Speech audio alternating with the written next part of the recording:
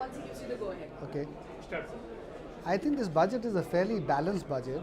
It's clearly focused on rural demand and the socio-economic side of providing a safety net and pensions and insurance to a lot of the people who don't necessarily have those right now. It is also focused on a couple of other areas which is really around improving the efficiency of the economy in terms of providing tax resolution which is much easier, in terms of looking at digitization in certain areas, and it's also tried to focus on entrepreneurship in terms of trying to make sure that Stand Up India and Startup India as a program is bolstered by better tax rules, by skilling people and so on.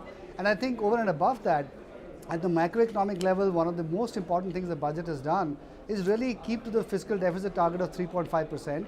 I think that hopefully allows allows the RBI to reduce interest rates, which will then have its own impact on consumption demand as well as investment appetite among corporates.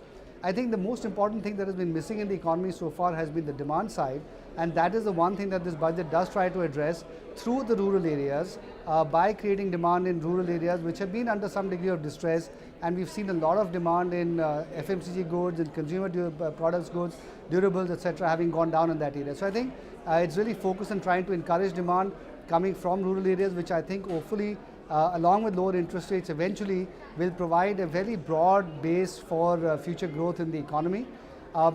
For the infrastructure sector, clearly there's a very strong focus on developing the roads program, on looking at the railways area, power sector. Of course, the government already is doing a lot in that area, and in addition to that, I think coming out with the whole benefit on the InvITs and the REITs hopefully allows financing of infrastructure projects also to become a lot easier going forward. I think there's also the welcome focus on the cleaning the environment.